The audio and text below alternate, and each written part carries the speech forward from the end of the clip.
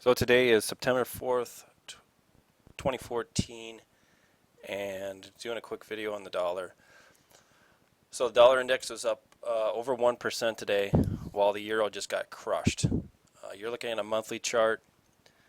I wanted to do an update because I did a video last December about how the dollar was in a really tight training range, so on and so forth, and we're looking for possible bottoming at that time, or a squeeze towards the upside.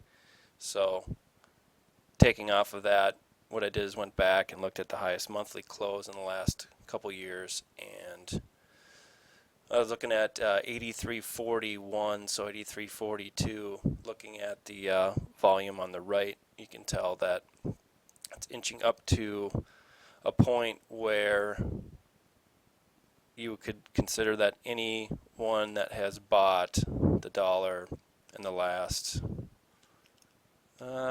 3 years, approximately since this time of 2010, make it 4 years, would be long. So then anyone short the dollar at this point would be facing a gigantic squeeze if price started to creeping up, and I'd be a little bit more bullish, I guess, if if it actually broke this downward trend line, which it hasn't yet, but it's really moving up quickly as the other currencies in the index, take a crap.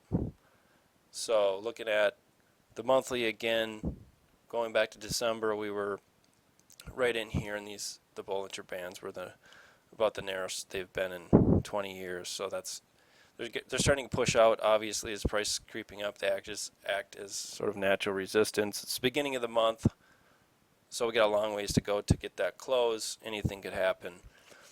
The other thing too, as price creeps up, I like to look at these yellow bands as they provide sort of the scope within the volume of trading range. As price creeps up, this actually, of course, acts as natural resistance. So likely move is volatility, like what happened back in 2010. Get the little tweezer effect at the top. So a fake move to take out the previous highs, and then a fast move in the other direction. That's always possible. However, my sort of theory here is there's a lot of capital floating around the world, and if you're not buying stocks or you're not buying gold at this point, you're looking at something that can absorb a ton of capital, i.e. the dollar, which all the dollar bears at this point are have to be worried because everything that they've predicted has been wrong, and it's going the wrong way as this gets squeezed. I wouldn't necessarily say it's a massive squeeze, but there's going to be some short covering, some offset here, of course. So we're at kind of a critical level here, September.